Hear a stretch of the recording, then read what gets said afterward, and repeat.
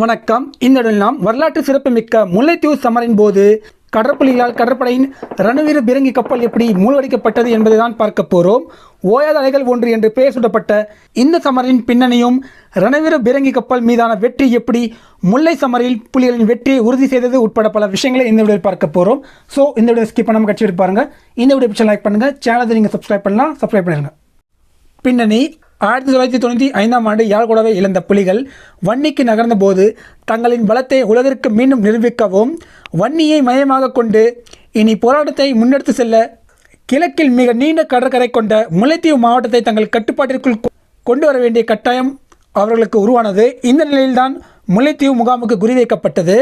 ஓயாத அலைகள் ஒன்று என்று பெயர் சூட்டப்பட்ட வரலாற்று சிறப்புமிக்க இந்த முல்லை சமரி பற்றி விரிவாக நாம் வேறு வீடியோவில் பார்க்கலாம்.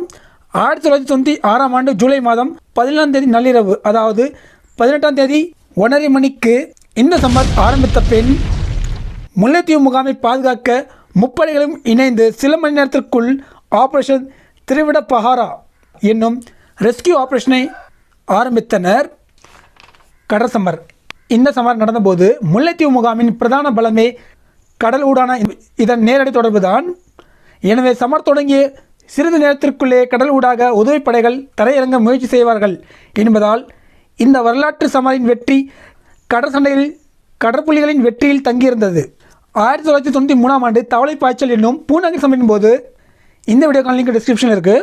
புலிகள் பூநகரி முகாமை கைப்பற்றி இருந்தாலும் 4வது நாள் கடற்படை வெற்றிகரமாக தரையிறக்கம் நடத்தியதால் புலிகள் பின்வாங்க வேண்டியதாயிற்று. இந்த சூழல் முல்லை சமரில் ஏற்படக்கூடாது என்பதில் கடற்புலிகள் கவனமாக இருந்தனர். ஆனால் 1993ஆம் ஆண்டு சொல்லும் அளவுக்கு விசையுந்து படகுகள் கடற்புலிகளிடம் இல்லாமல் இருந்தது. ஏனெனில் அந்த சமரில்தான் 3 விசையுந்து படகுகளை அவர்களை கைப்பற்றியிருந்தனர். ஆனால் 3 ஆண்டுகள் கழித்து 1996ஆம் ஆண்டு கடற்புலிகள் மிகப்பெரிய வளர்ச்சி பெற்றிருந்தார்கள் என்பதை இந்த முல்லைச்சமர் வெளியுலகிற்கு வெளிச்சம் போட்டு காட்டியிருந்தது. ஏனெனில் அந்த அளவுக்கு இந்த சமரின் போது கப்பற்படையை கடற்புலிகள் நடுக்கடலில் வைத்து திணறடித்தார்கள். ரணசூறு: கடல் ஊடாக தரையிறக்கம் நடத்த கடற்படையும் விமானப்படையும் பல முயற்சிகளை மேற்கொண்டது. இந்த நிலையில்தான் முதலாம் நாள் ஜூலை 18 மதியம் 2:30 மணி அளவில் முகாமின் தெற்கு எல்லையிலிருந்து 1500 மீட்டர் தூரம் இருந்த சிலாவத்தை என்னும் இடத்தை குறிவைத்து கடலில் 4 டோரா தாக்குதல் படகின் பாதுகாப்பிலும் வானத்தில் 3 Mi-24 ரக யுத்த ஹெலிகாப்டர் பாதுகாப்பிலும் 6 Mi-17 துருப்பு காவி ஹெலிகாப்டரில் உதவிப்படைகள் முன்னேறின. டோரா படகுகளும் Mi-24 ஹெலிகாப்டர்களும் கண்மூடித்தனமான தாக்குதல் நடத்தி முதல் தரை இறக்கத்தை வெற்றிகரமாக நடத்தினார்கள். அதாவது ஒரு கமாண்டோ பிரிவு முல்லைத்தீவு முகாமுக்கு தெற்கே தரையிறக்கப்பட்டது. பின்பு அந்த பகுதிக்கு சற்று தெற்கே இன்னொரு கமாண்டோ பிரிவும் கடற்படை மற்றும் விமானப்படையால் தரையிறக்கப்பட்டது.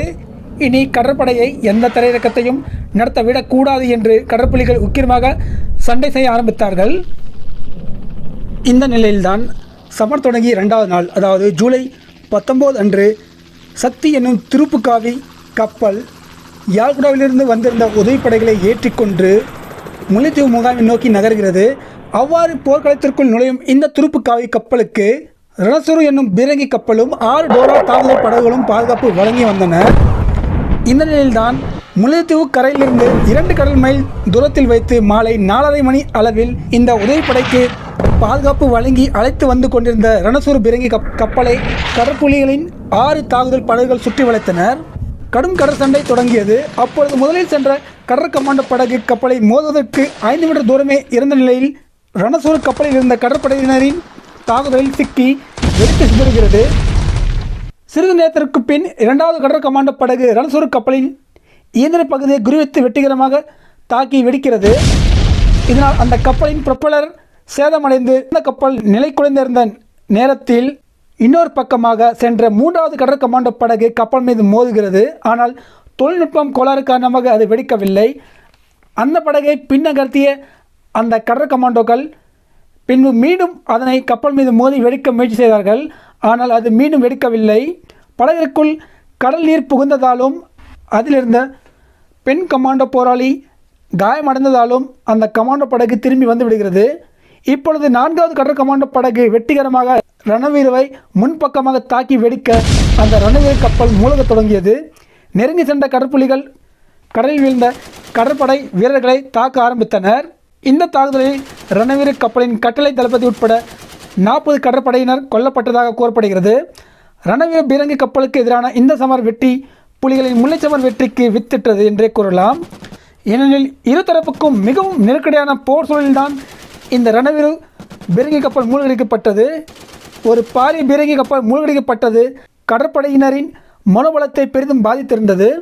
இதனை அடுத்து கடல் வழியாக உதவிப்படைகளை தரையிறக்கும் முயற்சிகளை முப்படைகளும் தற்காலிகமாக நிறுத்தினர். ஆனால் விமானப்படை மட்டும் தனியாக தரையிறக்க முயற்சிகளை செய்து கொண்டுதான் இருந்தது. இதன்பின் முப்படைகளும் ஒருங்கிணைந்து 2 நாள் கழித்து 21ஆம் தேதி 3வது தரையிறக்கத்தை வெற்றிகரமாக நடத்துவதற்குள் புலிகள் முல்லைத்தீவு முகாமை கைப்பற்றியிருந்தனர். அதாவது கப்பற்படையின் அந்த தரையிறக்க முயற்சிகளை முறியடித்த இந்த ரணவீர கப்பல் மூழ்கடிக்கும் இந்த தாக்குதலுக்கு பின் கடற்படை அடுத்த 2 நாட்கள் தரையிறக்கம் எதுவும் நடத்தாமல் விட்டதால் புலிகளால் முல்லைத்தீவு முகாம் சற்று எளிதாக கைப்பற்றப்பட்டது என்றே கூறலாம். இந்த வீடியோ உங்களுக்கு பிடிச்சிக்கணும். இந்த வீடியோ பிடிச்சிருந்தா லைக் பண்ணுங்கள். சேனல் சப்ஸ்கிரைப் பண்ணலாம். சப்ஸ்கிரைப் பண்ணுங்கள். நன்றி.